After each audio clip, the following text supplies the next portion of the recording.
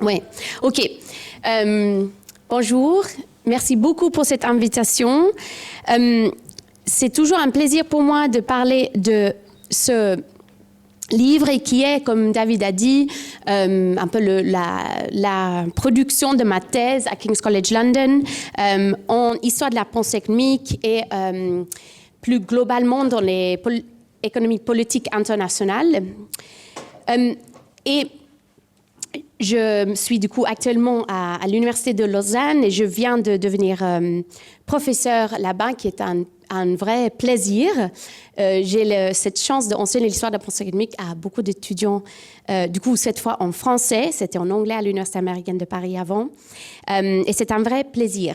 Et du coup ce soir, j'aimerais vous parler de ce livre et pourquoi je trouve que ce type de travail en histoire de la pensée économique est très important, pas juste pour notre petit champ, qui est très inconnu, mais aussi pour le grand champ de la grande discipline de la science économique. Et donc, je vais vous parler de quelque chose que je trouve, quelques conclusions que j'ai dans ce livre, mais aussi, à la fin, un tout petit peu de mon approche.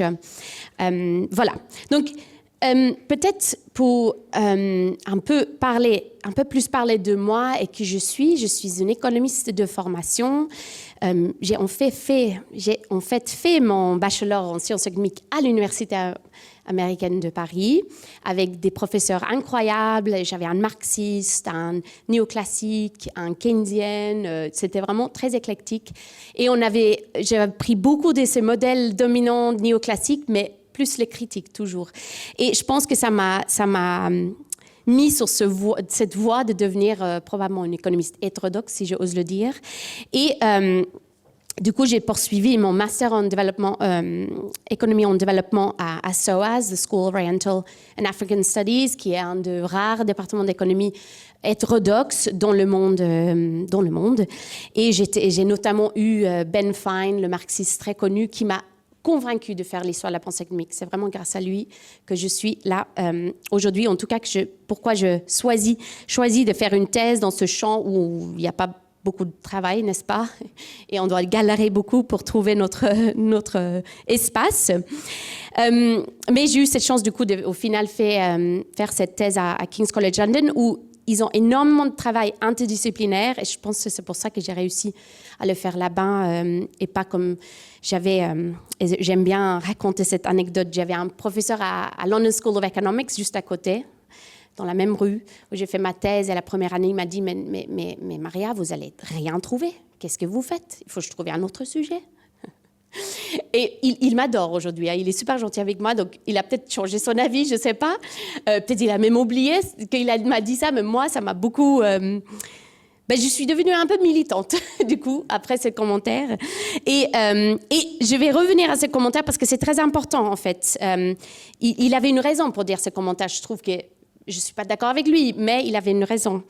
Et du coup, mon livre, voilà, ça s'appelle du coup Relocating Development Economics, qui en fait décrit mon approche dont je veux parler à la fin.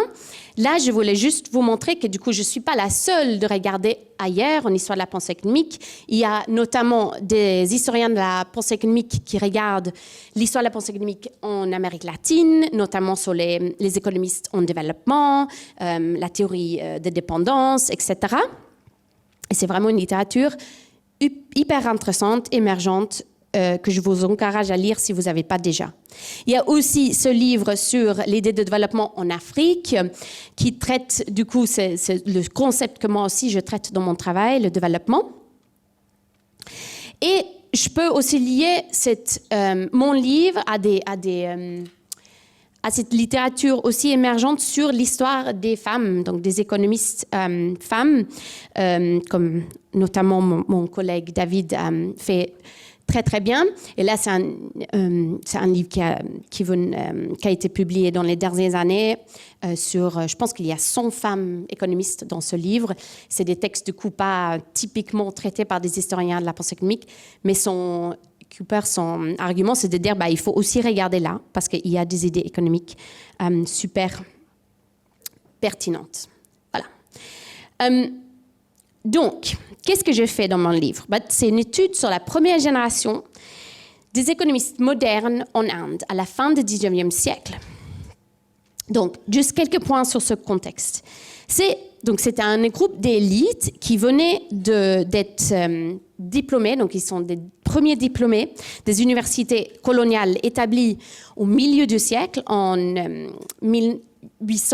les années 1850, par les Britanniques, avec l'objectif de donner une éducation européenne aux Indiens. Et là, je cite, c'est une éducation européenne. C'est comme ça qu'ils ont établi ces universités, parce que cette colonisation de l'Inde venait avec cette idée qu'il fallait éduquer les Indiens.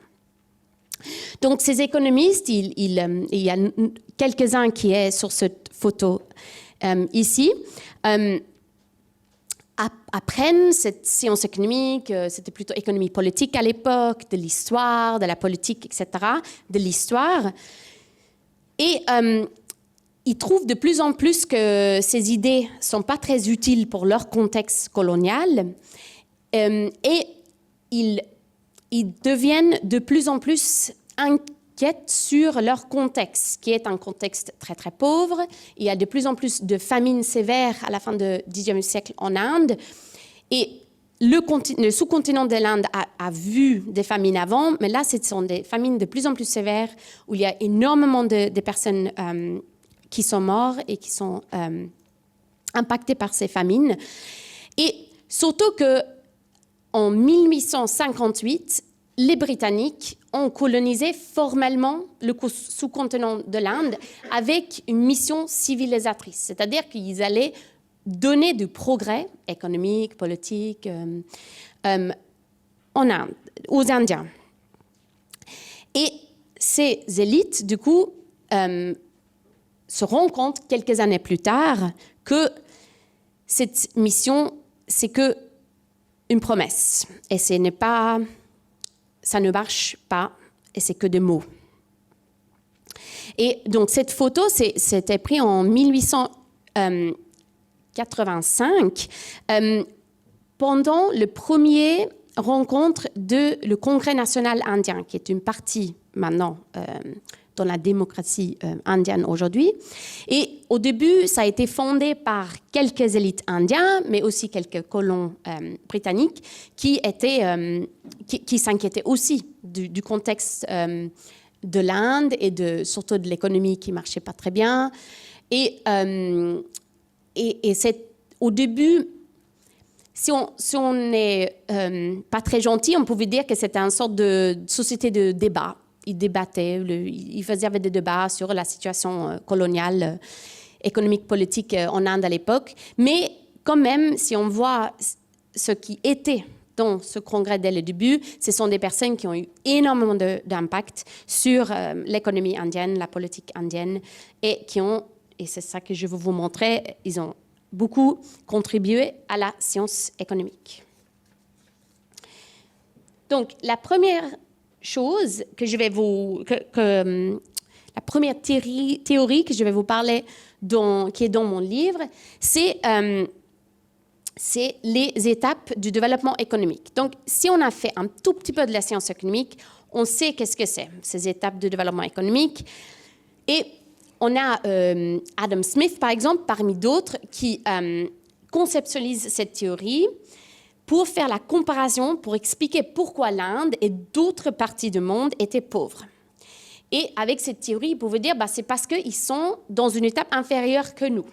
Et donc, selon Smith, chaque société passait par ces mêmes 4 étapes, avec le mode de production qui était de plus en plus efficace et moderne avec chaque étape. Donc, on avait la chasse, l'élevage, agriculture, puis industrie commerciale. Je fais simple parce que c'est pas je ne vais pas vous parler d'Adam Smith, mais je vous parle de ça parce qu'on doit rappeler que ces économistes indiens, pendant leur éducation en Inde, ils avaient ça comme enseignement. Ils avaient appris ces théories européennes, parce que c'est une éducation européenne, je répète. Et du coup, on a le premier économiste indien que je traite dans mon livre, Mahadha Ranade. Il est né à Bombay à l'ouest de l'Inde. Il est hindu, du caste supérieur, et il est très, très connu pour ses idées sur la réforme sociale, économique et politique. Et il est notamment le premier Indien d'être juge en Inde, du coup même pendant la colonisation. Et il est surtout connu pour être le fondateur de Indian Economics, parce que dans un discours en 1800, c'est le chiffre suisse, ça, en 1892, il fait un discours dans une université aussi à l'ouest de l'Inde, quelques heures de Bombay. Et il dit dans ce discours que l'Inde a besoin d'une pensée différente, donc une pensée économique différente que ce qu'il avait appris à l'université coloniale. Et donc c'est la première personne d'utiliser ce terme Indian Economics. On peut aussi dire Indian Political Economy, c'est pas très clair s'il avait une préférence entre les deux, mais c'est vrai que Indian Economics est beaucoup plus utilisé. Voilà. Donc, il développe dans son livre Essai sur Indian Economics, qui a été publié après sa mort, parce qu'il est mort malheureusement très tôt. Et donc, ce livre a été publié après sa mort avec ses essais, ses articles et ses discours en 1901. Et pour lui, il avait adopté ces étapes, cette théorie sur les étapes de développement économique. Il était d'accord que l'Inde était pauvre, mais c'était à cause de la colonisation. Et donc, la théorie des étapes n'était pas si simple que l'Inde était juste dans une étape inférieure, parce que l'Inde a été riche dans le passé. Donc, c'était beaucoup plus compliqué d'après lui. Donc, il avait parlé de chaîne des étapes, chain of stages. C'est pour ça que j'ai mis une chaîne là sur la diapo. Et il avait 4 étapes aussi, comme les autres Européens, les autres économistes européens. Et on a du coup, au début, cette étape de nourrisson, où il y avait des villages autosuffisants, il y avait du pouvoir plutôt local, et il y avait peu de communication entre les villages. Donc là, je pense que ce n'est pas très surprenant. Je pense qu'on voit un peu cette théorie européenne. Mais par contre, dans cette deuxième étape qu'il conceptualise, l'étape de l'enfance, là, c'est une étape qu'il ajoute à cette théorie. Là, on a toujours des villages autosuffisants, mais on a une économie coloniale dépendante et on avait notamment un secteur agricole qui était dominant. Donc, c'est-à-dire que c'était vraiment la majorité de l'économie qui était très, très problématique pour Renardet parce que l'agriculture avait des rendements décroissants. Et du coup, l'Inde souffrait d'une régression. Et au troisième étape, là, on retrouve un tout petit peu ce qui est dans la théorie qui existait avant. Donc là, on a toujours des villages autosuffisants, mais il y avait de l'industrie, de l'artisanat. Donc là, il parle en fait d'une époque dans l'histoire de l'Inde avant la colonisation.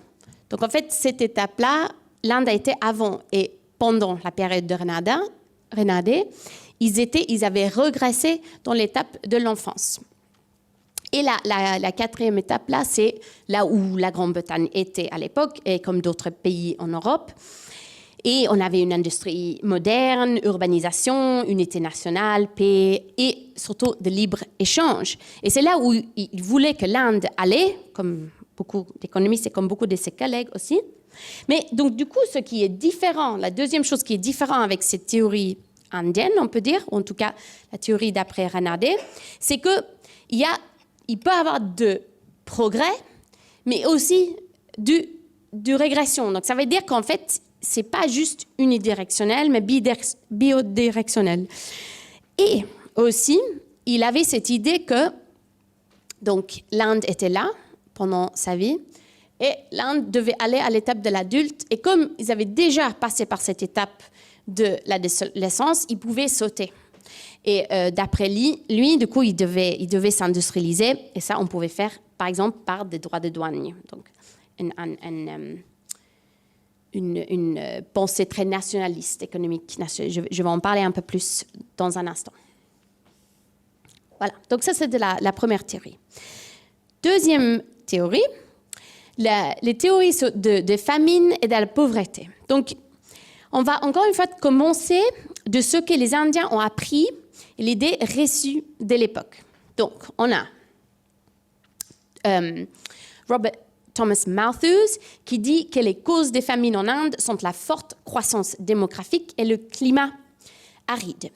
Et sa théorie, en fait, sur la population explique que les famines étaient un mécanisme automatique qui freinait la croissance démographique au-delà des capacités de production alimentaire. Donc, c'était tout à fait normal, en fait, que l'Inde avait ces famines à la fin du XIXe siècle. Et ça fait... Donc, c'est Malthus, donc, il trouve pas ça anormal que l'Inde a ces famines, mais notamment ce livre a été énormément lu, et même aujourd'hui, on enseigne ça quand même un tout petit peu partout. Et ça fait partie, en fait, du discours impérial pour expliquer que les famines en Inde étaient inévitables, et ce n'est pas la faute des colonisateurs. Voilà. Donc, ce livre a été utilisé pour légitimiser la façon dans laquelle la colonisation a été faite. On a un autre livre très, très connu, et c'est sur l'histoire de l'Inde britannique, et c'est une histoire, en fait, le plus largement lue de l'Inde britannique. Et c'était une raison pour ça, c'est parce qu'en fait, toutes les colons, toute l'administration, tous les employés de l'administration coloniale en Inde devaient lire ce livre une fois qu'ils étaient employés par l'administration coloniale en Inde. Et dans ce livre, en fait, James Mill, il dit qu'Inde est un pays aux institutions gouvernementales, juridiques et religieuses chaotiques et désordonnées, sans rien de comparable à la Grande-Bretagne ou à l'Europe. Donc, l'Inde était différente. Si on fait simple, c'est ça que les deux livres disent. Donc là, on a notre deuxième économiste indien que je traite dans le livre, qui s'appelle Ramachandra Dutt. Il est de Calcutta, Bengale, donc à l'autre côté du nord de l'Inde, et il n'est pas d'accord avec cette théorie de différence. Lui, il est né dans une famille qui travaillait pour la Compagnie britannique des Indes orientales, et il commence sa vie, en fait, en voyageant dans son État de Bengale, parmi les populations rurales, avec son père, qui du coup récolte des impôts pour les Anglais. Et donc, Ramachandra Dutt, il ressent de voyager. Donc, il dit « Traveling opens up our mind, broadens our ideas, enlarges our sympathies and makes us better fitted to receive new impressions and new incentives to work. » Voilà, ça c'est Dutt, l'Indien.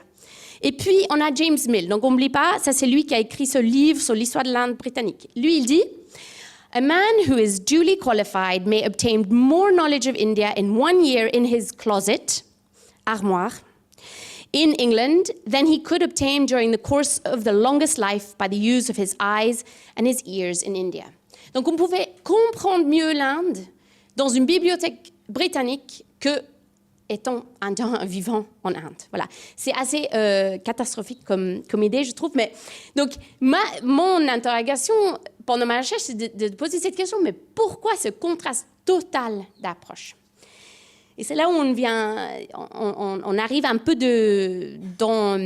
sur cette idée de pourquoi j'utilise une autre approche et pourquoi c'est important.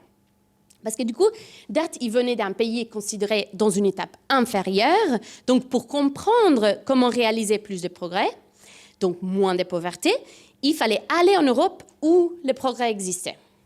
Voilà, donc c'est pas très étonnant qu'il avait cette opinion. Mill, par contre, lui, il venait d'un pays, donc il est britannique, il venait d'un pays dans une étape supérieure, d'après lui et d'après beaucoup d'autres personnes, et il n'avait du coup pas besoin d'aller en Inde pour comprendre leur pauvreté. Et c'est lié à cette idée que les colonisateurs sont supérieurs en plusieurs fronts, même la production de la connaissance. Voilà, donc c'est pas que parce qu'on a beaucoup d'histoires de la colonisation et les impacts et tout ça, mais là, il y a quand même un front qui est un peu moins discuté, c'est sur la production de la connaissance. Et ce qui est encore plus intéressant, je trouve, par rapport à cet économiste indien, c'est qu'il développe une méthode économique grâce à ses voyages en Inde avec son père comme garçon et avec ses voyage en Europe. En fait, il publie des sortes de travelogues, donc des écritures sur ce voyage en Europe. Il est là 3 fois dans sa vie. Il amène même sa famille à un moment. Et là, j'ai créé une carte, en fait, d'où il est allé en Inde. Et donc, il ne faut pas oublier qu'il était une élite. Hein. Il avait le moyen de le faire. Mais c'est impressionnant ce qu'il a voyagé. Lui, moi, je viens de la Suède. Il a plus voyagé au nord de l'Europe que moi. C'est impressionnant. Et la méthode qu'il développe pour comprendre la pauvreté en Inde, c'est ça. Il voyage dans le secteur rural, il fait des sondages avec les fermiers, qui n'a jamais été fait avant. Et en fait, c'est pour ça qu'il est connu comme le père des sciences économiques agricoles en Inde. Il développe cette méthode. Et avec cette méthode, il se rend compte, en fait, en analysant pourquoi il y a des famines en Inde, que ce n'est pas un manque de nourriture. Ce n'est pas que pendant une sécheresse, il y a moins de nourriture et c'est pour ça qu'il y a des famines sévères, mais c'est parce qu'il y a un manque d'accès. Voilà, donc c'est un manque d'accès et pas un manque d'offres. Voilà, parce que pendant une sécheresse, il y a un tout petit peu moins de récoltes et du coup les prix augmentent. Et comme il y avait énormément de pauvreté en Inde, ça veut dire, et il y avait énormément aussi, et comme même aujourd'hui, il y avait énormément de personnes qui n'avaient pas de terre, ils n'étaient pas des locataires de terre ou des propriétaires, donc ils gagnaient très très peu d'argent en travaillant sur les fermes. C'était notamment eux qui étaient touchés par les famines. Et donc, ce n'est pas une théorie qui est, comment dire, ça ne nous étonne pas aujourd'hui parce qu'on connaît peut-être tous cet économiste Amartya Sen qui a gagné un prix Nobel, qui est indien d'origine, même s'il a passé la plupart de sa vie aux États-Unis. Il y a beaucoup d'Indiens qui disent mais il n'est pas très indien et tout ça. Ça, c'est une discussion pour un autre jour, mais il a fait exactement les mêmes études sur une autre famine en Inde et il trouve exactement la même chose. Lui, il a travaillé sur la famine pendant la Deuxième Guerre mondiale, donc pendant aussi la colonisation britannique, et il trouve cette théorie, ce n'est pas un manque d'offres, c'est un manque d'accès. Et il a gagné le prix Nobel pour ça. Et du coup, moi, je le mets là parce que c'est très intéressant qu'on connaît tous cette théorie d'Amartya Sen, c'est aussi un Indien. Et cette théorie a quand même été diffusée dans le monde entier. Il a gagné ce prix Nobel qui fait que ça a encore été plus diffusé. Il a publié ça dans les années 70, quand l'Inde n'était pas une colonie.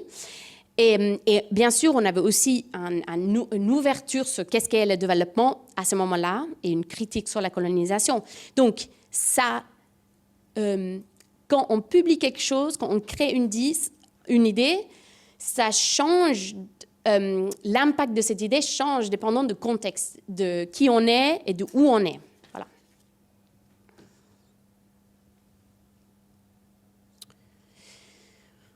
Donc, la dernière théorie dont je vous parle aujourd'hui dans mon livre, c'est comment on mesure le progrès ou la pauvreté.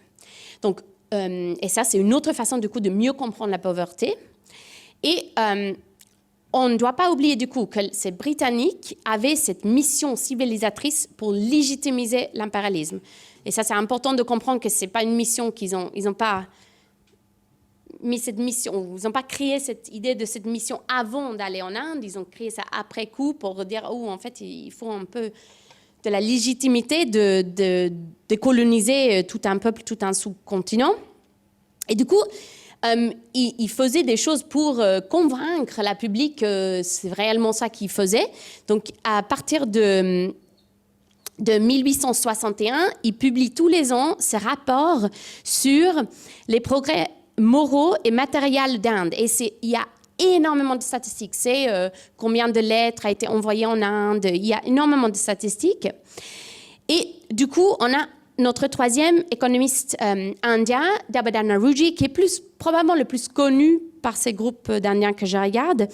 Il est né dans une famille qui avait perdu ses richesses quand la Compagnie britannique des Indes orientales monopolisait les secteurs lucratifs en Inde. Et du coup, Naoroji, il voyait de la pauvreté partout. Et il voulait changer cette idée reçue que l'Inde était riche et que les Britanniques amenaient de la richesse, du progrès en Inde. Donc, il était mathématicien et il s'est dit, moi, je vais utiliser des statistiques pour changer cette idée reçue. Il disait que ces statistiques étaient son armure. Et il a eu de la chance, donc il a énormément étudié en Angleterre et il a passé presque toute sa vie en fait, en vie adulte en tout cas, en Angleterre parce qu'il pensait qu'il va réussir à battre contre les Britanniques. C'était plus efficace de faire ça en Angleterre qu'en Inde. Voilà. Donc il a de la chance d'avoir accès à ces rapports dans une bibliothèque à Londres pendant les années 1860 et il prend toutes ces statistiques pour produire la première revenu par capita, par habitant de l'Inde britannique. Et ça, c'est la première fois dans l'histoire que ça a été fait pour l'Inde. Et il a constaté que la production totale de chaque province de l'Inde britannique en 1867-1868 a été de 2 livres. Et ça a fait un scandale énorme à Londres quand il a présenté ses résultats, parce qu'il ne faut pas oublier qu'à l'époque, la même année, la Grande-Bretagne avait un revenu par habitant de 33 livres. C'est la première chose, donc très différent. Mais aussi, il ne faut pas oublier que les Britanniques, les Anglais à Londres, ils voyaient que les Indiens riches, parce que c'était que eux qui avaient de l'argent d'aller jusqu'à Londres. Donc pour eux, c'était justement pas possible que les Indiens étaient si pauvres. Et en plus, ils se disaient, mais si les Indiens sont pauvres, qu'est-ce que nous, on fait là? Parce que la légitimité en Grande-Bretagne, c'était un peu de dire, on est en Inde parce qu'ils ont beaucoup de richesses et du coup, on va profiter de ça. Donc il a eu un impact assez énorme avec ce chiffre. Et après, du coup, il a trouvé d'autres livres à l'époque et d'autres statistiques qui ont été faits par quelques statisticiens. Et il a comparé, du coup, ce revenu par habitant en Inde avec d'autres pays. Et il constate, en tout cas d'après ces statistiques, que l'Inde est le pays le plus pauvre dans le monde civilisé. Ça, du coup, il publie ce livre en 1901. Et il a raison de dire qu'en fait, il avait raison de faire ça, parce que, comme dit, c'était assez impressionnant l'impact qu'il avait. Voilà. Donc, juste pour un peu... Donc, je traite d'autres économistes dans mon livre, mais pour vous donner un peu une image globale de ce que ces économistes, d'après moi, en tout cas, ont contribué à la science économique, c'est ce modèle du développement. Donc, encore une fois, on commence avec la théorie dominante de l'époque, cette théorie de David Ricardo, ou ce modèle de la théorie de l'avantage comparatif. Il y a probablement la plupart des personnes dans cette pièce connaissaient, mais sinon, je vais quand même vite décrire un tout petit peu ce que ce modèle dit. Donc, c'est une théorie pour expliquer les bénéfices du commerce international. Donc, même si un pays est meilleur dans tout, donc ça veut dire qu'ils produisent tous les produits moins chers, il gagne à se spécialiser dans ce qu'il produit relativement moins cher. Donc, dans son exemple, il y a le Portugal qui a un avantage absolu dans les deux choses, donc dans la production du vin et la production de drap. Mais par contre, l'Angleterre est moins mauvaise dans les draps. Donc, ils produisent les draps relativement moins chers. Et du coup, l'Angleterre a cet avantage comparatif dans les draps et le Portugal a cet avantage comparatif en vin. Et si chacun se spécialise, du coup, ils échangent ensuite leurs produits et le résultat, ce sont que les deux pays consomment plus de draps et de vin qu'en produisant chacun de leur côté. Donc, c'est mieux si l'Inde se spécialise en agriculture, notamment le coton brut, et l'Angleterre se spécialise dans le textile en coton. Mais les économistes indiens rejettent cette idée ou cette division internationale de production, de travail, et disent que c'est plutôt une théorie de gagnant-perdant. C'est-à-dire que si l'Inde se spécialisait, et ils avaient déjà spécialisé en agriculture, il est devenu de plus en plus pauvres. Et ça, les économistes indiens pouvaient voir très facilement parce qu'ils vivaient en Inde, ils le voyaient très bien. Donc, leur modèle de développement, pour faire court, c'était un modèle de développement gagnant-gagnant. Ça, c'est mes mots que j'ai mis sur le modèle. Parce que l'idée, c'est que on doit avoir tout le monde qui s'industrialise, pas juste les pays de l'Europe, parce que ça, comme dit, le modèle de Ricardo comme la théorie d'avantage comparatif ne marchait pas pour les pays qui se spécialisaient dans des produits agricoles. Et il devait avoir cette industrialisation universelle et il fallait aussi, sur le niveau national, lutter contre les inégalités, donc sur le niveau domestique, mais aussi sur le niveau international. Et quand tout le monde avait industrialisé, on pouvait avoir de libre-échange. Et il y a notamment une citation d'Abhinav Naruji, ce troisième économiste dont je vous ai parlé, qui dit, donc c'est de la mathématique très très simple, mais il dit que « The question of our prosperity is as much the question of the prosperity of England and her working man. England's trade would be enriched by 250 million pounds if with our prosperity each unit of the Indian population is ever able to buy from England goods worth only £1 per annum. » Donc l'idée, c'est que si tout le monde s'industrialise, bah, c'est gagnant-gagnant. Tout le monde, si l'Inde s'industrialise, il va avoir un marché qui peut demander encore plus de produits de notamment la Grande-Bretagne, mais d'autres aussi. Donc c'était dans l'intérêt en fait de la Grande-Bretagne que l'Inde s'industrialisait aussi.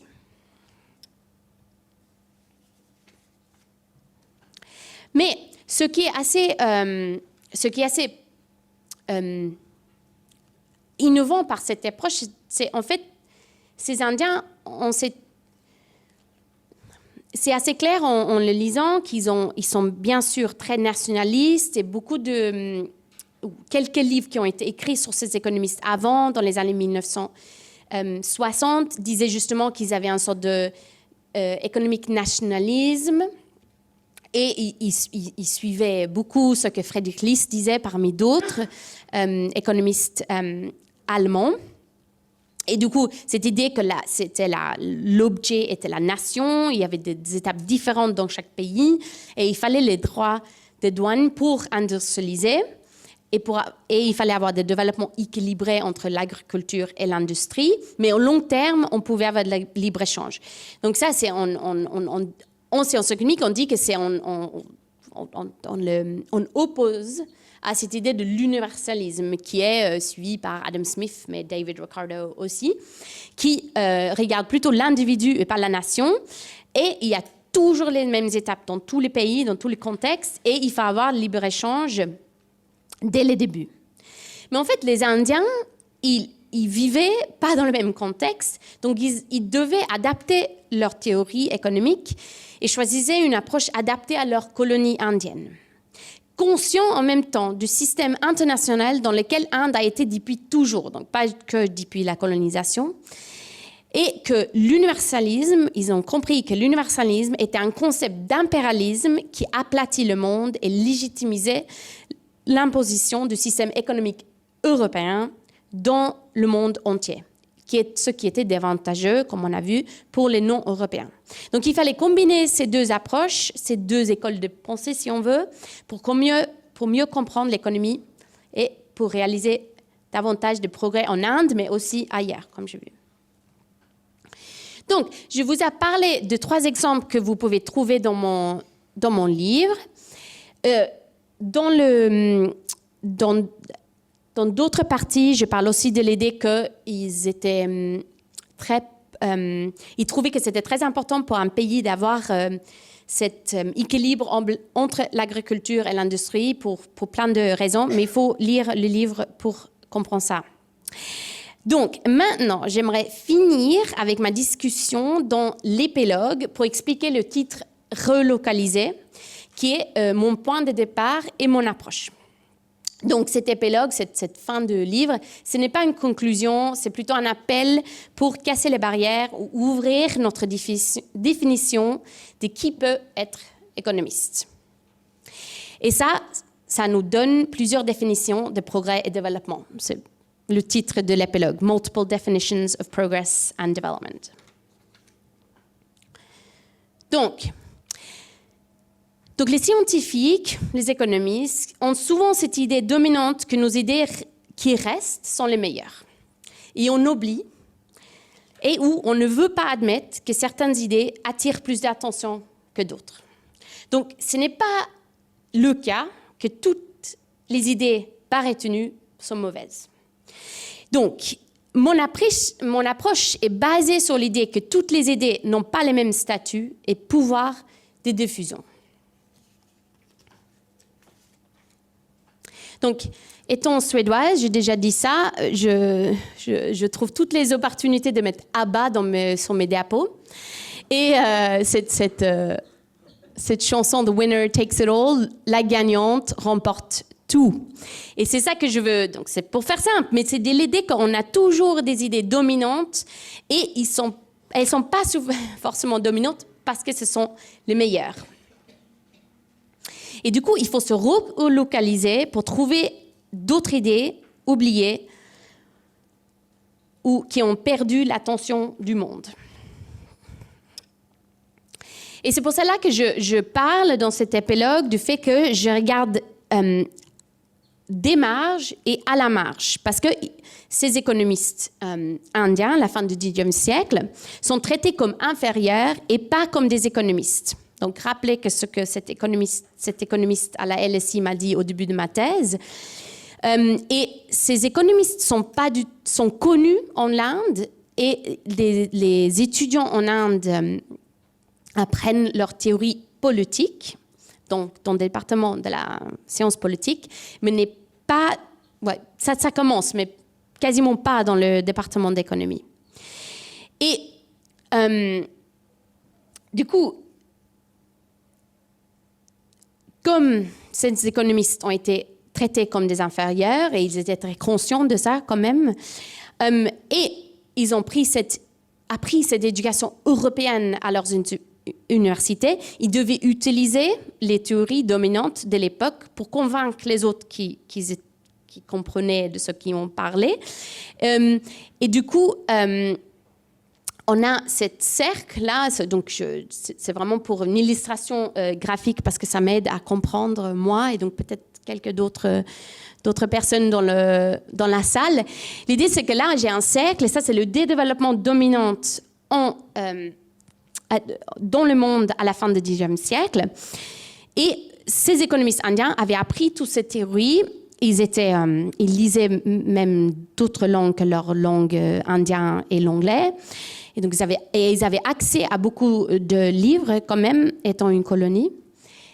Mais les Indiens, du coup, ils sont là, dans cette petite cercle en haut. Et si on zoome un tout petit peu, on a deux parties de ce cercle. Donc, on a la partie du cercle qui est sur la grande cercle de l'idée de développement à la fin du XIXe siècle. Et on a beaucoup parlé de ça déjà dans la littérature. Le fait que ces Indiens ont copié les idées européennes et ils avaient écrit des livres super pertinents. Mais ça rajoutait pas de la science économique. Et là, j'ai des preuves de ce genre de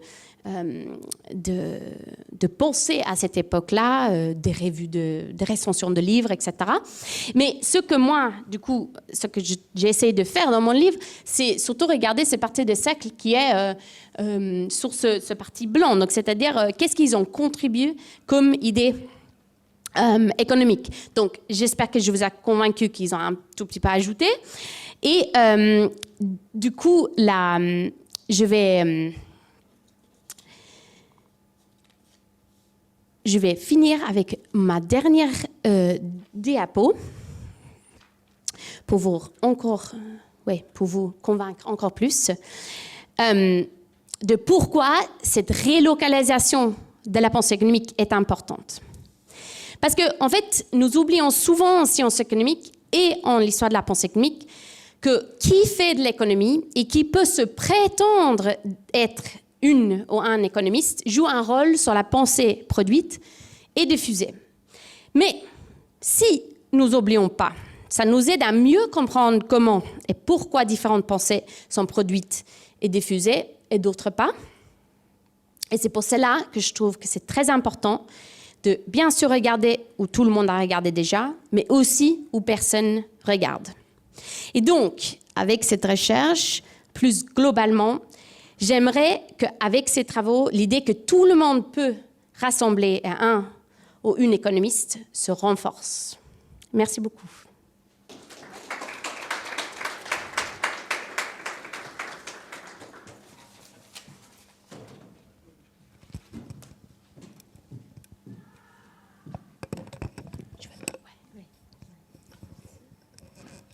Ok, merci encore, professeur Bach, pour cette présentation passionnante.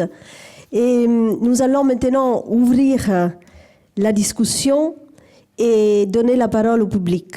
Donc, n'hésitez pas à poser vos questions ou à partager des commentaires sur les travaux de Maria Bach. Et je vous invite à lever la main. Voilà, les premières. Est-ce qu'il y a quelqu'un qui souhaite en première poser la question? Hein? Oui, j'ai trouvé. Elena.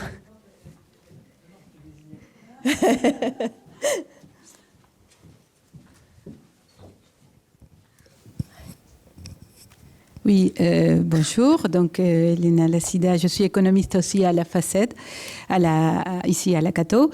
Merci beaucoup de cette approche.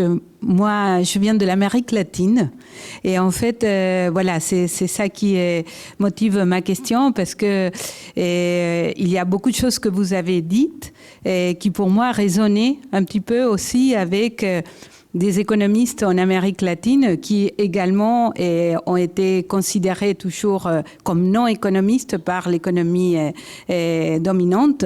Et notamment, vous avez beaucoup souligné comment ces économistes que vous avez identifiés et valorisés font rentrer surtout ces relations de dépendance, de colonialisme et ça change complètement la manière de penser la logique économique. Et en fait, en Amérique latine, il y a tout ce mouvement, alors un peu plus tardif d'après ce que je vois, des économistes dont vous avez parlé, qu'on appelle l'économie de la dépendance, et qui justement conteste un petit peu ce modèle économique de développement en étapes où voilà, tout le monde va passer par les mêmes phases. Et je voulais savoir si vous savez s'il y a des liens entre l'Inde et l'Amérique latine, ou en tout cas parce que là ça résonne. Et puis une deuxième question, c'est parce que vous avez parlé évidemment d'Amartya Sen, et bon, vous avez dit voilà, c'est lui qui est connu. Est-ce que dans la théorie d'Amartya Sen, pour vous, il y a des choses qui viennent, est-ce qu'il a lu ces économistes indiens, ou est-ce que les références que je connais d'Amartya Sen sont occidentales? Et est-ce qu'il a lu, est-ce qu'il a été inspiré par ces économistes indiens ou pas? Je peux répondre tout de suite? Ouais. Oui, merci beaucoup. Donc, les économistes de l'Amérique latine dans les années 1950, c'est à peu près, c'est 70 ans plus tard à peu près. Donc, on a des preuves en regardant la citation, donc, parmi notamment Prebisch, qui a lu Dutt, Ramachandra Dutt. Ouais. Donc, ils vivaient pas au même moment, donc ils ne pouvaient pas se parler. Mais il y avait des livres qui arrivaient jusqu'en Amérique latine. Et il y a dernièrement un livre qui a été sorti il y a quelques années sur le développement et ses échanges sud-sud, du coup, entre l'Inde et l'Amérique latine. Donc, je peux vous donner la référence parce que c'est ultra fascinant. Je les ai interviewés aussi sur mon podcast, donc si vous n'avez pas envie de lire le livre. Et donc, il y a énormément de preuves qu'il y a des échanges, mais c'est vrai que c'est la recherche qui a été beaucoup moins faite, donc on n'a pas encore vraiment établi combien d'échanges il y avait, et les archives ne restent pas toujours en place. Malheureusement, avec d'autres régions du monde, on n'a pas autant d'archives comme on a en Europe ou les États-Unis. La deuxième question, c'est aussi très pertinent, c'est un peu pareil. Donc, Amartya Sen cite Dutt dans son premier livre en 70, mais par contre, il met dans la liste de références, mais il les cite nulle part dans le livre. Donc, si on ne regarde pas la liste des références, qui quand même pas forcément... Moi, je j'ai fait, mais c'est parce que je suis historienne de la pensée économique, donc ça m'intéresse. Donc du coup, je trouve ça un peu... Parce que pour répondre à votre question, est-ce qu'il a été influencé ou pas, on ne sait pas vraiment. Et comme il est si connu, moi, je n'ai pas la capacité de lui poser la question. Et là, en plus, il est quand même à la fin de sa vie. Et tout. Mais donc, au moins, il savait que le livre existait et il l'a cité, donc c'est déjà bien. Mais je trouve qu'il ne donne pas assez de reconnaissance. Mais ce n'est pas étonnant. Pour moi, ce n'est pas sa faute. Il est éduqué aux États-Unis où on est même aujourd'hui, on baigne dans cette idée que la vraie connaissance, la bonne connaissance viennent de Nord global. Voilà, donc il faut pas que citer. Et même ce qui me frustre un tout petit peu avec Amartya Sen, c'est que ce livre sur l'idée, comment ça s'appelle, de la liberté, ou j'oublie exactement le nom du livre, là il cite plus même date. Et en fait, beaucoup des Indiens disent mais ça c'est pas une idée indienne. Et en fait, le but du livre, c'est de prendre la littérature indienne pour créer une idée indienne. Mais donc, il est vraiment dans ce contexte hiérarchique, en fait. Moi, je trouve triste. Ouais. Ok. Nous avons deux autres questions. Une... Oui, bien sûr. Je ne sais pas qui, mais... Ouais. Bonjour, moi c'est Nicolas, j'avais une question. Est-ce que vous avez par hasard trouvé des références peut-être à ces économistes qui vont lire vous citez List, du coup j'imagine des économistes allemands. Est-ce qu'il y a des références par rapport à l'école historique allemande qui justement propose une narrative beaucoup plus centrée sur le développement de la nation, ou même s'il y a un écho d'œuvres marxistes ou socialistes de l'époque qui font déjà une critique des économies coloniales, si c'est quelque chose que vous avez été confronté dans votre littérature? Ouais. Merci. Aussi de très bonnes questions. Je ne peux pas vous raconter tout le livre. Donc oui, c'est vraiment des questions super pertinentes. Donc, pour la première chose, Friedrich List et l'école nationaliste et tout ça, absolument, ils citent. Donc, c'est une période où on cite beaucoup moins, et ce n'est pas comme aujourd'hui. Donc, il y a à la fois des vraies citations où ils disent List dit X, mais il y a aussi des idées qui sont tellement similaires qu'on peut imaginer s'ils parlent de cette idée allemande. Donc, absolument. Par contre, il ne faut pas oublier que c'est du coup un groupe. Moi, je dis que c'est la première génération des économistes indiens. Je ne dis pas qu'ils sont tous pareils, qu'ils ont les mêmes opinions, pas du tout. Et là, justement, sur List, il y a Renardet, dont je vous ai parlé. Lui, il est très nationaliste. Par contre, Dutt et Narouji, les deux autres dans cette présentation, ils ne sont pas nationalistes. Ils disent plutôt que pendant la colonisation, là, on a besoin de droits de douane, on a besoin de regarder on a besoin d'avoir un mouvement nationaliste pour devenir autonome, voilà. Mais par contre, dès qu'on devient indépendant, la libre-échange, Adam Smith, l'universalisme, très bien. Donc, ils ne sont pas forcément d'accord. Mais oui, ils citent beaucoup d'économistes européens.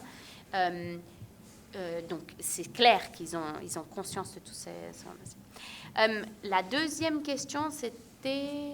J'ai oublié. Sur la littérature socialiste aussi. Oui, voilà, oui, ça c'est très intéressant. Donc, ils n'étaient pas socialistes. Bon, je pense que c'était trop dur pour eux d'être socialistes étant une colonie britannique. Mais ils sont très clairs là-dessus. Ils ne sont pas socialistes. Par contre, il y a Narouji qui devient membre du Congrès socialiste et il rencontre des économistes socialistes très, très connus à l'époque. On pense qu'il a dîné avec Karl Marx à la fin de la vie de Karl Marx à Londres. Par contre, il n'y a aucune preuve. Mais donc, on aime bien imaginer cette idée.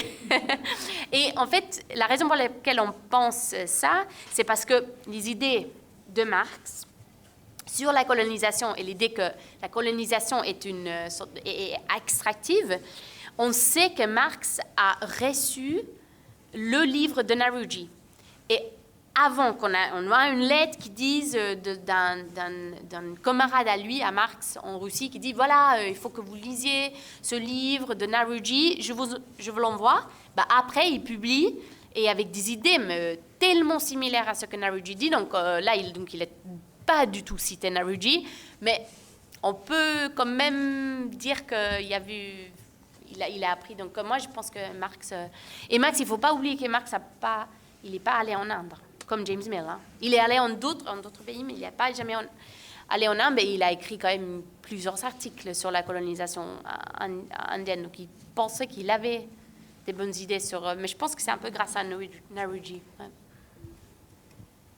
Bonjour, vous m'entendez?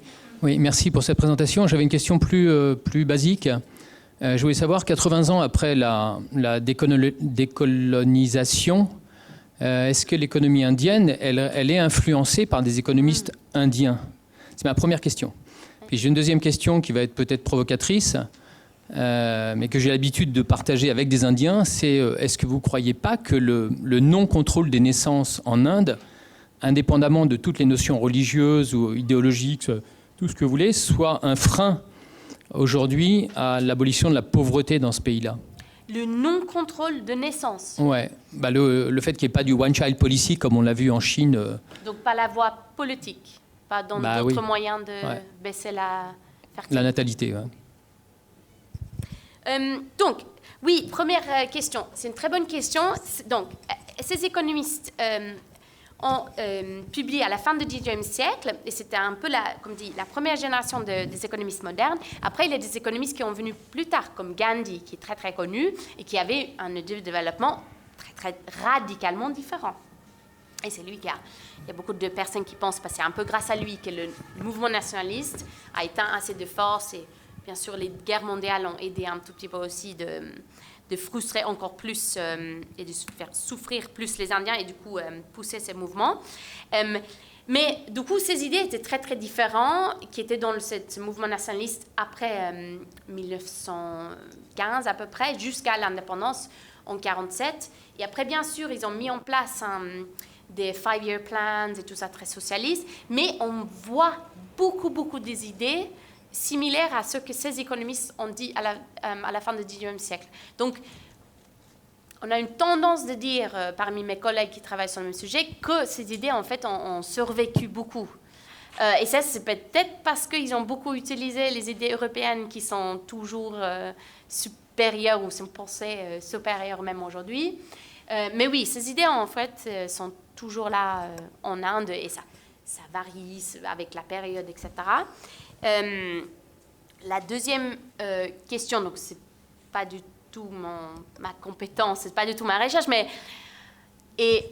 par contre j'ai des idées dessus, peut-être, qui sont peut-être, je suis peut-être pas d'accord avec vous, je pense. Le non-contrôle des naissances, je pense que ça a été pas forcément une bonne idée en Chine, donc pourquoi ça marcherait en Inde?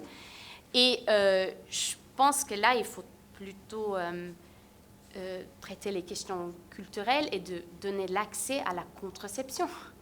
Si on regarde les économistes qui parlent de la problème démographique, on demande surtout elles, donner l'accès à la contraception.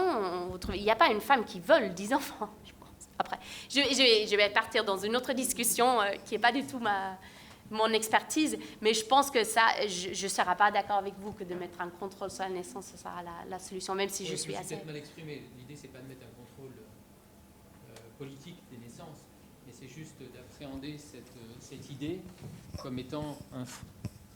Ouais, on m'entend mieux. Je me suis peut-être mal exprimé. Je ne suis pas pour qu'il y ait un pouvoir politique qui dise « bon, vous faites un enfant et pas plus, sinon on vous met en prison ». Évidemment, ce n'est pas mon idée. Oui. Non, mon idée, c'est que, est-ce que dans la mentalité indienne, le fait à un moment de réduire le nombre de naissances, et vous dites les femmes, c'est pas elles qui veulent faire 10 enfants, mais malgré ça, j'ai quand même l'impression que dans certaines castes, le fait de faire plein d'enfants, c'est perçu comme quelque chose de bien. Or, d'un point de vue purement économique européen, il y a encore beaucoup de pauvreté en Inde, et alors j'ai bien compris ce que vous avez dit tout à l'heure sur le fait que la famille n'est pas due au fait qu'il y a trop d'enfants ou trop de monde, c'est simplement le fait qu'il y a une mauvaise utilisation, gestion et logistique de la richesse. Je ne suis pas sûr qu'aujourd'hui ce soit la réponse. Donc oui, c'est vrai que ma question elle dépasse le cadre de votre propos, Mais comme vous avez étudié l'Inde et que vous êtes... Non, je me demandais si je me demandais quel était votre avis par rapport à ça. Oui, c'est une question super pertinente, mais moi, je soulignerais je soulignerais ces modèles économiques en développement qui montrent bien que le taux de naissance, en fait, on est en train de radicalement baisser dans des pays riches dans le monde. C'est même devient un problème. Donc, moi, je suis suédoise et c'est un problème énorme. Donc, pourquoi on est contre l'immigration, je ne comprends pas. Mais avec la richesse, on a moins en moins d'enfants pour plein de raisons différentes que peut-être les femmes ne veulent pas, mais aussi l'idée que le coût d'opportunité d'avoir des enfants augmente parce qu'on peut travailler en dehors de la maison. Mais aussi, c'est l'idée que, parce que vous parlez de la culture, mais on peut aussi parler du fait que peut-être le gouvernement peut mettre en place des soutiens pour que les femmes peuvent travailler en dehors de la maison, même quand ils ont des enfants. Là. Parce que ça, c'est quand même une chose qui a augmenté le taux de naissance dans mon pays, la Suède, qui a un État qui est très, très grand, très aidant à des familles. Mais là, aujourd'hui, comme dit, ça ne marche plus, ce système. Donc, on est en train de réfléchir qu'est-ce qu'on peut faire maintenant. Mais oui, c'est un vaste sujet qui couvre aussi beaucoup plus, et pas que les idées économiques, n'est-ce pas? Ouais. Ouais. Bonjour. J'aimerais savoir si votre considération finale, qui est de regarder l'économie et peut-être même d'autres questions, des marges et à la marge.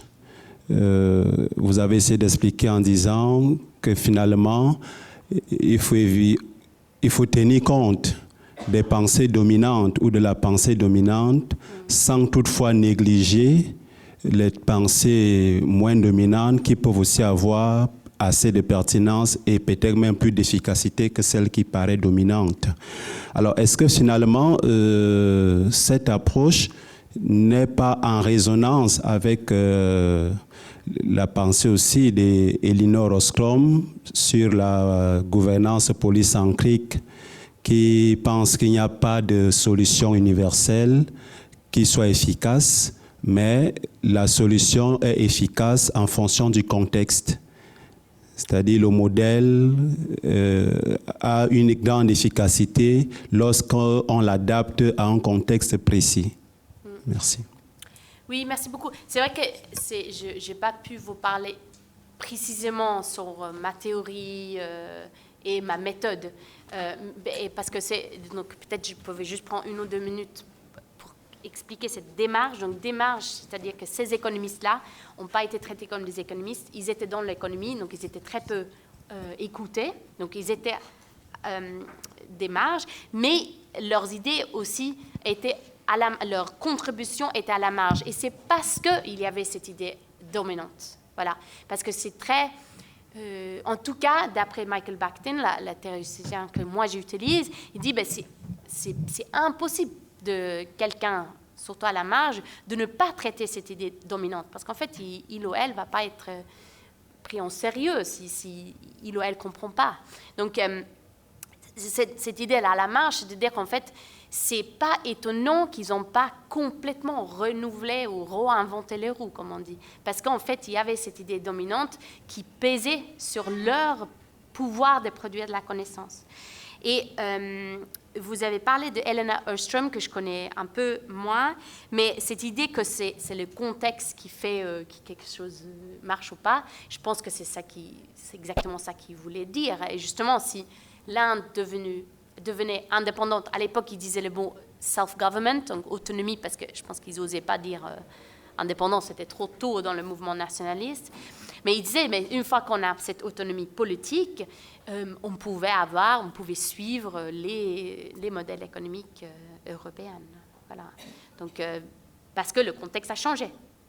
Voilà. Et on peut être d'accord ou pas d'accord, hein, mais c'est là. Ça répond à votre question? Un peu? Oui. Bonjour, merci pour votre intervention. Alors moi je suis arrivée un peu en retard, désolée, mais donc ce que je comprends c'est qu'il faut penser en dehors des boîtes, think out of the box. Par contre, j'avais une petite question qui est peut-être en dehors de votre thématique, mais qui peut, je ne sais pas si vous aurez une réponse à ça. C'est qu'on voit bien aujourd'hui que finalement, parfois l'économie passe à côté de certaines choses, et peut-être qu'on le voit encore plus parce qu'il y a l'arrivée de l'intelligence artificielle, et on voit bien que les modèles d'intelligence artificielle et l'économie, parfois, ça colle pas. C'est-à-dire que c'est parfois des winner take all, ce que vous disiez tout à l'heure, c'est-à-dire que cette concentration dans les mains de géants, les géants de la tech notamment, pour ne pas les nommer. Et finalement, c'est aussi la question de finalement, dans notre économie, qu'est-ce qui serait à repenser par rapport à cette problématique-là? Est-ce que vous avez réfléchi à ça? Mais alors c'est peut-être un peu à côté de votre propos, mais voilà, qu'est-ce que vous en pensez? Donc ce problème structurel un tout petit peu dès que il y a une concentration de pouvoir et de richesse qui fait qu'il y a quelques gagnants et pas d'autres. C'est ça, à peu près? Oui. Oui, je pense que j'ai une réponse peut-être qui est décevante, mais je pense que, étant historienne de la pensée économique, parce que je pense que c'est un champ important, c'est-à-dire qu'en fait, si on regarde ailleurs, et c'est un peu lié à cette dernière diapo, c'est-à-dire que si on met dans nos syllabus, si on fait plus de recherches ailleurs, on va donner l'image aux autres qui viennent après, donc les nouvelles générations, que c'est légitime de faire ça et que ces penseurs, ces penseuses ont aussi eu des choses à contribuer dans la science économique. Donc, c'est-à-dire que, OK, c'est juste un livre, je ne vais probablement pas être très lu, surtout les livres académiques sont très ennuyants, n'est-ce pas? Mais par contre, je pense que de parler de ça de plus en plus et de faire cette recherche, notamment à nos étudiants et étudiantes, ça change leur perception de qui peut être un économiste. Et si on ouvre ce champ à plus de personnes différentes, de nationalités, genre, etc., ben on aura plus d'idées et peut-être on pourrait combattre contre ces problèmes structurels. Mais c'est très optimiste, on est bien d'accord. Et peut-être je vis dans un monde de bisounours, mais je pense que ce genre de travail est important, même sur le côté intellectuel. Et j'ai quand même j'ai eu beaucoup de réponses d'étudiants et étudiantes quand je nomme ces exemples, de dire vous nous donnez en fait une sorte de légitimité de penser autrement, et notamment des étudiants qui viennent d'ailleurs, dehors de l'Europe et en dehors des États-Unis, ils se sentent plus légitimes de devenir économistes. En tout cas, c'est ça que j'ai eu comme réponse après. Merci Maria pour ta présentation. Ton propos liminaire sur ce que ton ancien professeur de la London School t'a indiqué m'a fait penser à la trajectoire de Sen, Amartya Sen, quand il est venu faire ses études à Trinity College à Cambridge, sous la houlette de Joanne Robinson. Il ne voulait pas travailler sur la théorie du choix social, il ne voulait pas faire une thèse théorique, il voulait travailler sur les questions de la pauvreté. Et Robinson lui a dit non, c'est pas une bonne stratégie. Fais d'abord une thèse mainstream, ensuite installe-toi dans le champ et tu travailleras sur ce que tu veux. Donc voilà, ça m'a fait penser à ça et donc en quoi ça continue. Hein. Tu as bien fait de ne pas faire une thèse sur un sujet qui ne t'intéressait pas. J'ai plusieurs questions d'ordre général et peut-être un peu plus technique. Premièrement, ton bouquin, ta recherche synthétisée dans ton bouquin porte sur la première génération d'économistes qui a donc joué un rôle influent dans la pensée économique et dans la construction des politiques publiques. S'il y a une première génération, je suppose qu'il y en a des suivantes. Et je voudrais savoir quel est ton avis sur les générations d'économistes ultérieures qui, eux, n'ont pas été formés dans les universités coloniales, comme Sen ou l'un des derniers, Abhijit Banerjee, qui ont fait en fait tous leur thèse soit au UK, soit aux États-Unis. Pour Banerjee, il a fait sa thèse à Harvard. Et je voulais savoir si tu penses que ces auteurs indiens sont autant indiens qu'économistes, plus qu'économistes, ou surtout indiens dans les questions de développement. À quel point leur trajectoire, leur origine, eh bien, peut influencer leur façon de penser l'économie. Ça, c'est une question qui m'interpelle. Donc, c'est une question assez générale. J'ai une deuxième question sur Mahadev Ranade, qui est donc l'un des premiers économistes que tu traites et qui est fondateur de l'Indian Economist. Tu expliques qu'il a une vision des étapes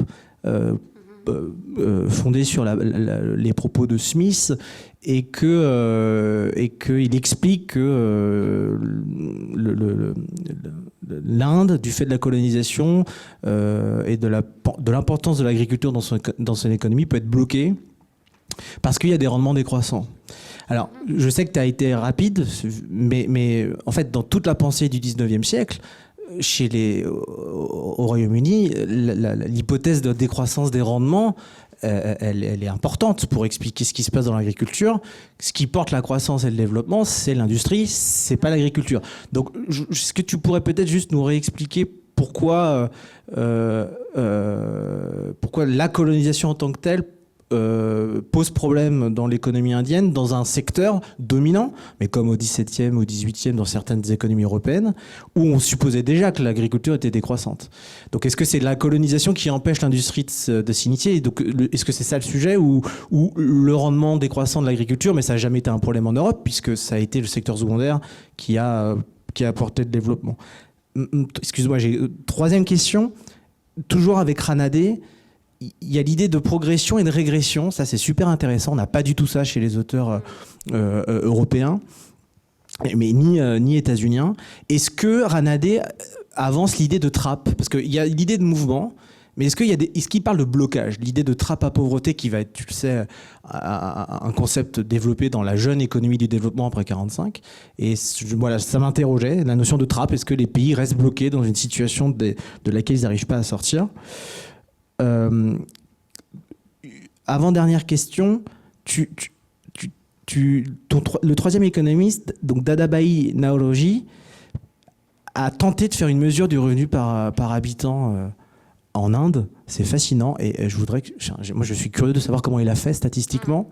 Et en plus, tu as montré ensuite qu'il faisait des comparaisons internationales en livres sterling. Alors, on sait qu'aujourd'hui, les méthodes de comparaison internationale sont très stabilisées par la Banque mondiale et le Fonds monétaire.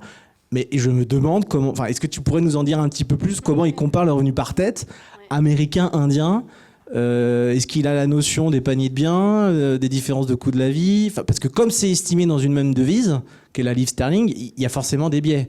Et donc je me demande si... Bon là c'est une question méthodo, mais je voudrais savoir un petit peu ce qu'il y avait derrière ça. Et bon allez, dernière question. Tu dis à la fin que finalement les économistes indiens essayent d'avoir le meilleur du nationalisme et de l'universalisme, donc de List et de Smith. Il faut trouver un entre-deux. Sauf que chez List, l'idée c'est de se protéger pendant un temps avant de s'ouvrir, et chez Smith c'est l'universalisme. Or, dans les colonies, il n'y a pas d'autonomie de la politique commerciale, il n'y a pas d'autonomie de l'industrie. Donc est-ce que tu pourrais peut-être nous expliquer un petit peu chez ces auteurs-là? L'Inde, elle est indépendante en 1947. Donc c'est hyper tard. Mais l'organisation territoriale et de l'administration coloniale diffère des régions en fait en Inde. Et donc je voulais savoir si, je ne sais pas si on peut aller jusque-là, mais est-ce que tu pourrais nous en dire plus sur la façon d'appréhender la réforme de l'administration coloniale, si on veut vraiment se saisir de l'outil commercial comme un moyen d'impulser une industrialisation. Parce qu'en l'état, l'organisation, c'est la métropole et la colonie.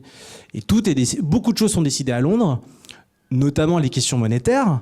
Alors moi, j'ai travaillé dessus sur la question du Gold Exchange Standard, mais sur la question commerciale aussi. Et donc, je me posais la question quand je t'entendais. Et voilà. En tout cas, merci pour ton travail et ta présentation. Alors, ce que je fais, c'est de rajouter une des questions que j'avais à poser et on va procéder de cette manière. Finalement, puisqu'on n'a pas beaucoup de temps, tu vas décider à quelles questions prioritaires tu voudras répondre. Non, peut-être à toutes, mais l'idée, c'est que puisse par la suite intervenir David, qui a eu le mérite d'organiser et donc de lui laisser en fait 2 secondes la parole, 4, 5. et enfin, voilà, clôturer la séance. Malheureusement, on est un peu contrainte par le temps parce que tout de suite après, il va y avoir un cours. Donc voilà. La question que je la réduis vraiment à l'essentiel, c'était comment effectivement ces perspectives, non, que tu mets en avant, hein, pourraient éclairer les politiques de développement actuelles et notamment dans les pays du Sud global. Ça, c'est, disons, la première question. Et par la suite, tout au début, on a parlé qu'effectivement, la question de la pauvreté n'était pas une question de manque de ressources, comme aujourd'hui on le connaît, mais une question d'accès. Et moi, je me demandais si ces économistes, ils n'ont jamais posé la question des castes en Inde. Voilà. Et ça, c'est tout. Il y avait plus? Non, ça va. Non, moi non. Tu veux intervenir maintenant ou à la fin? À la fin, tu réponds. Ok. Oui, il y a beaucoup de... Non, mais merci beaucoup. La première sur les générations après indépendance, si j'ai bien compris, comme Amartya Sen et tout ça, il y a un livre qui vient de sortir par un historien brillant aux États-Unis, Engelman. Il est à Yale et il a écrit un livre qui s'appelle The Apostles of Development, qui est notamment, du coup, il fait des entretiens en fait avec 6 économistes hyper connus indiens qui font leurs études au même moment à Cambridge et justement de comprendre comment ils font, comment ils battent cette frustration qu'ils ont. Une fois qu'ils arrivent à Cambridge, ils comprennent tout de suite que ces théories ne leur aident pas du tout pour comprendre leur économie. Et du coup, il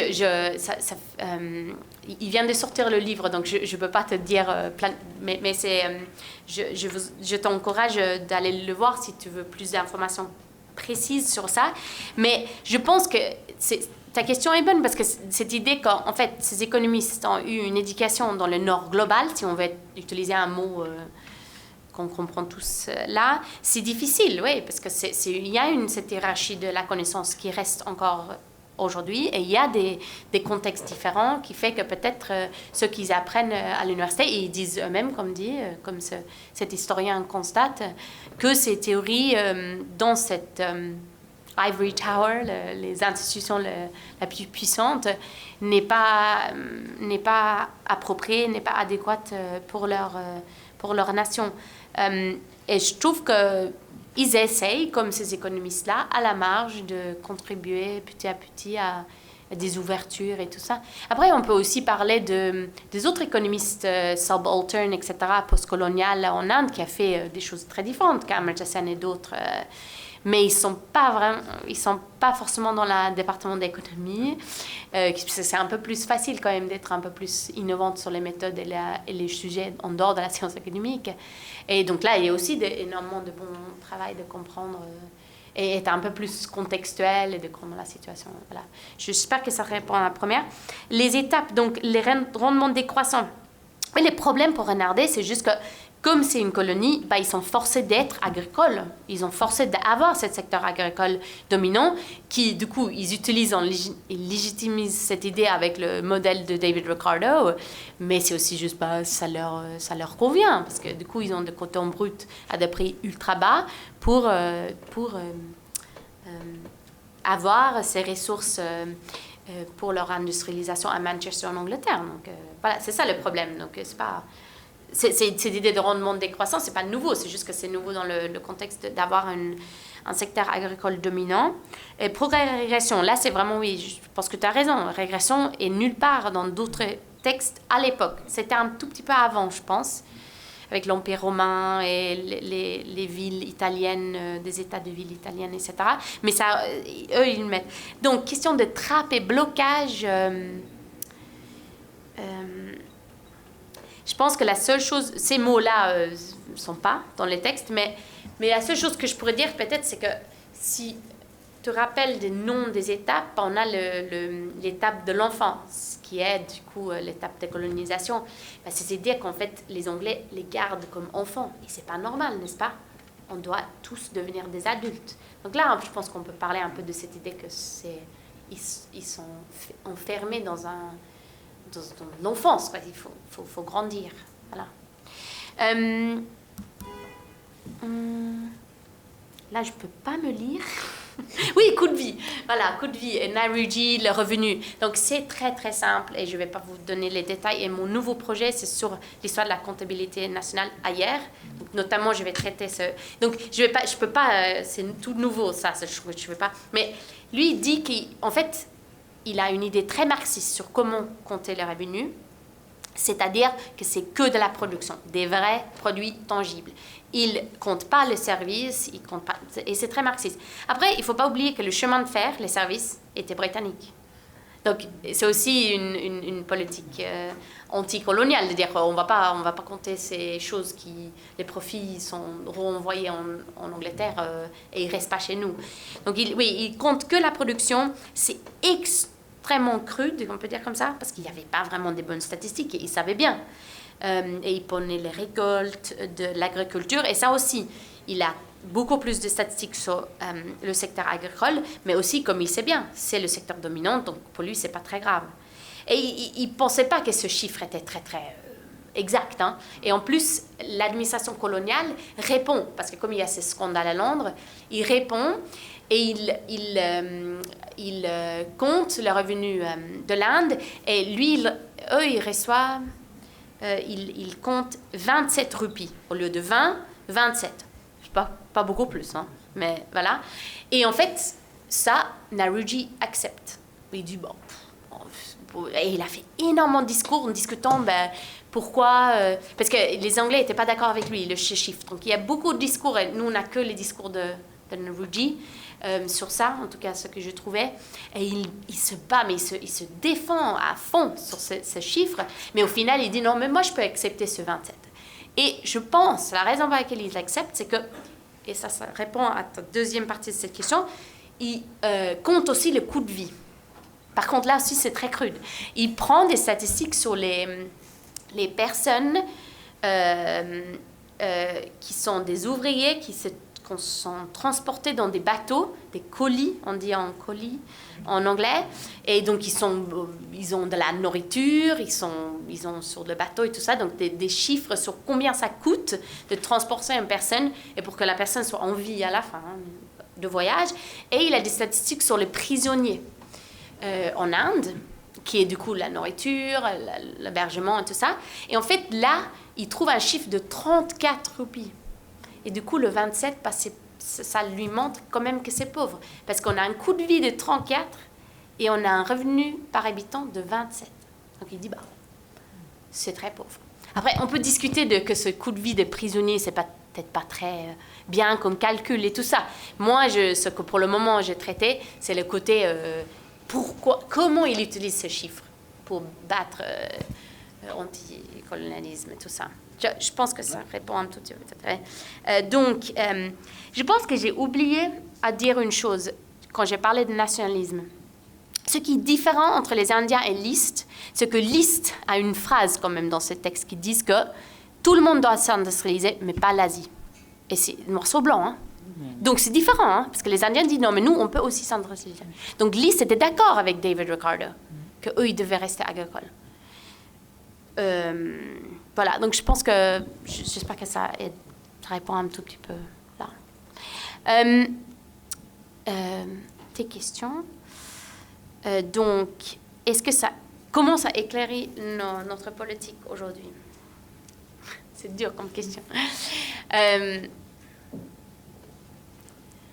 Encore peut-être revenons dans mon côté optimiste. Je pense que ça sera bien si on trouve un modèle de développement gagnant-gagnant, n'est-ce pas? Et du coup, c'est peut-être... eux, ils ne trouvent pas la solution. Je ne suis pas en train de dire qu'ils sont tellement forts pour qu'on les...